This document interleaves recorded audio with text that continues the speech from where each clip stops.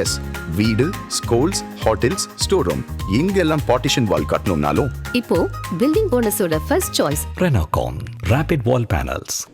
இன்னைக்கு இங்கே தமிழ்நாடு பள்ளி கல்வித்துறை மூலம் இந்த கூட்டம் நடந்துட்டு இருக்கு. இந்த கூட்டத்தில் அடுத்த 10 ஆண்டுகளுக்கு மாணவர்களுக்கு எப்படி புத்தகங்கள்லாம் எப்படி இருக்கணும், அவங்களுடைய திறமைகள்லாம் வெளியே கொண்டு வரணும்னா எந்த மாதிரி இதெல்லாம் கான்சன்ட்ரேட் பண்ணணும். ஃபார் எக்ஸாம்பிள் ஒன்று படித்தம், ரெண்டாவது பார்த்திங்கன்னா ஓவரால் பர்சனாலிட்டி டெவலப்மெண்ட் அவங்க எல்லாம் வரணும், அந்த என்ன பண்ணணும். அதே மாதிரி கம்யூனிகேஷன் ஸ்கில் கொண்டு வரணும். மற்றபடி இந்திய நாடு மற்றும் தமிழ்நாட்டுடைய அடிப்படைகள் அதை மக்களுக்கு இந்த மாணவர்களுக்கு எடுத்து செல்கின்ற ஒரு விதமாட்டு இந்த கல்வி இது அமையணும். ஃபார் எக்ஸாம்பிள் நம்மளுக்கெல்லாம் தமிழர்களுக்கே உள்ள ஒரு இது உண்டு, பாகுபாடு, இந்த விருந்தோம்பல், விட்டு கொடுக்கின்ற மனப்பான்மை, மற்றவர்களை மதிக்கின்ற மனப்பான்மை. இப்போ இந்த மாதிரிப்பட்டதெல்லாம் இந்த பாடத்திட்டத்தில் ஒரு கதையாட்டோ இல்லாட்டி ஒரு இதாட்டோ அந்த மாதிரி நம்ம கொண்டு செல்லணும். இந்த மாதிரிப்பட்டதெல்லாம் இது பண்ணுறதுக்காக தான் இந்த அடுத்த 10 வருஷம் இந்த புத்தகங்கள் எப்படி இருக்கணும். நமது மாணவர்கள் நன்றாக படித்து நாட்டுக்கு சேவை செய்து நமது நாட்டை ஒரு வளர்ச்சி அடைந்த நாடாக மாற்ற வேண்டும் என்றால் எப்படி தமிழ்நாட்டில் உள்ள புத்தகங்கள் இந்த சிலபஸ்லாம் எப்படி இருக்கணும் அதை டிஸ்கஸ் பண்ணதுக்குள்ள ஒரு மீட்டிங். இது ஒரு தமிழ்நாடு கவர்மெண்ட் ஒரு நல்ல ஒரு இனிஷியேட்டிவ் பள்ளி கல்வித்துறை. ஆனால் உங்களுக்கு தெரியும், இந்த ஃபவுண்டேஷன் சரியில்லாட்டு மேலே போய் ரொம்ப நல்லா பண்ண முடியாது. அதனால் தொடக்க பள்ளியிலிருந்து உயர்கல்வி வரை எப்படி இந்த அப் டு +2 லெவலில் இந்த மாதிரி புக்ஸ் எல்லாம் இருக்கணும், அந்த டிஸ்கஷன் நடந்துட்டுருக்கு.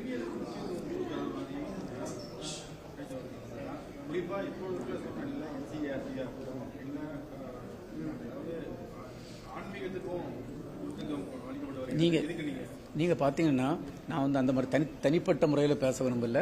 நாமெல்லாம் படிக்கும்போது ஒரு 40 வருஷத்துக்கு முன்னெல்லாம் ஸ்கூலில் பார்த்தீங்கன்னா எந்த ஒரு மாணவர்கள்ட்ட கேட்டாலும் நீங்கள் என்ன ஆகணும்னா ஒல்லே டாக்டர்னு சொல்லுவாங்க, இல்லை என்ஜினியர்னு சொல்லுவாங்க, 1-2 பேர் கலெக்டர்னு சொல்லுவாங்க.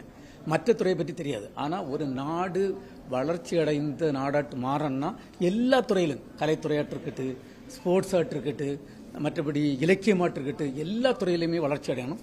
அதுக்கு என்னெல்லாம் செய்யணும், விஞ்ஞானத்துறை, தொழில்நுட்பத்துறை, இப்போ புதுசாட்டு ஆர்டிஃபிஷியல் இன்டெலிஜென்ஸ், டேட்டா சயின்ஸ் இந்த மாதிரிலாம் வருது. இந்த மாதிரி எல்லா துறைகளிலுமே நாடு வளர்ச்சி அடையணும். அது மட்டும் இல்லை, இவங்களுக்கு படித்து கொடுக்கக்கூடிய ஆசிரியர்கள் இருக்காங்க இல்லையா, அவங்களுடைய ஒரு திறமையை வளரணும். இப்போ நம்ம டிஜிட்டல் சொசைட்டின்னு பேசணும்னா ஆசிரியர்களுக்கும் தெரியணும், கம்ப்யூட்டரை பற்றி தெரியணும். இப்போ இந்த மாதிரி எல்லா டிஸ்கஷன் நடந்துட்டு இருக்கு.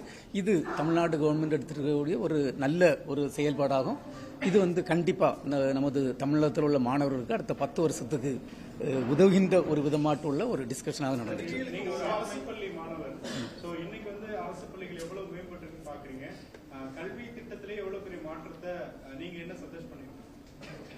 இல்லை, நான் அது நான் தனிப்பட்ட முறையில் நான் என்ன சஜஸ்ட் பண்ணியிருக்கேங்கிறத நான் தனியாக சொல்கிறது சரி கிடையாது. அவங்க எல்லாமே கம்பைல் பண்ணி மொத்தத்தில் கொண்டு வரட்டு. பட் என்னுடைய முக்கியமாட்டு அப்படின்னா மாணவர்களுக்கு ஒன்று புத்தக புழுவாட்டு இருக்கக்கூடாது. அவங்க ஒரு ஓவரால் பர்சனாலிட்டி டெவலப்மெண்ட்டும் நடக்கணும். ஏன்னா ஸ்போர்ட்ஸு, ஆர்ட்ஸு, இந்த கம்யூனிகேஷன் கேப்பபிலிட்டி, மற்றவங்களோட மற்றவங்கள ஒரு அக்காமடேட் பண்ணி போடுறது, மற்ற பெரியவர்களை ஒரு மதிக்கக்கூடிய ஒரு மனப்பான்மை, இப்படிப்பட்ட எல்லா விதங்களும் வரணும். எஜுகேஷன் பார்த்தீங்கன்னா 2 விதமான எஜுகேஷன் சொல்லுவோம். ஒன்று இன்டெலெக்சுவல் பேஸ்ட் எஜுகேஷன். அது பார்த்தீங்கன்னா நம்ம இந்த கணிதம், விஞ்ஞானம் இதெல்லாம் படித்து நிறைய மார்க் வாங்குது. அடுத்தது வேல்யூ பேஸ்ட் எஜுகேஷன். இப்போ நம்ம பெற்றோர்களை பாதுகாக்கிறது, மற்றவங்களை மதிக்கிறது, ஆசிரியர்களை மதிக்கிறது, இந்த மாதிரி ஒரு சகிப்புத்தன்மை, இந்த மாதிரிலாம் ஒரு எல்லாம் சேர்ந்த ஒரு பாகுபட்டதோட மாணவர்கள் படிக்கணுங்கிறது தான் எங்கள் விருப்பம்.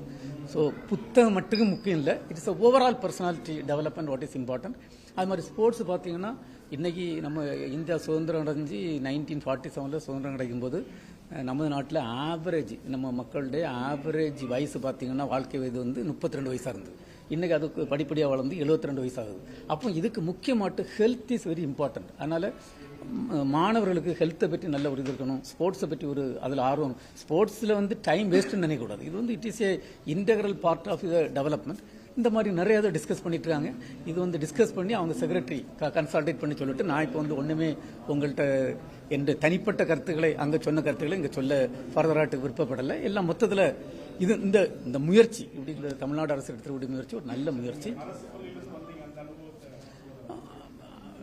சரி, நம்ம வந்து எனக்கு இது பார்த்தீங்கன்னா நீங்கள் எங்கேருந்து வாரீங்கன்னு முக்கியம் இல்லை, எப்படி வந்து படிக்கிறீங்க, எந்த மாதிரி வளர்றீங்க அதுதான் முக்கியம். அல்லாமல் எங்கேருந்து எந்த ஸ்கூல் அது முக்கியம் இல்லை. எங்கே படித்தாலும் நல்லா படித்தா நல்லா வளரலாம். தேங்க்யூ.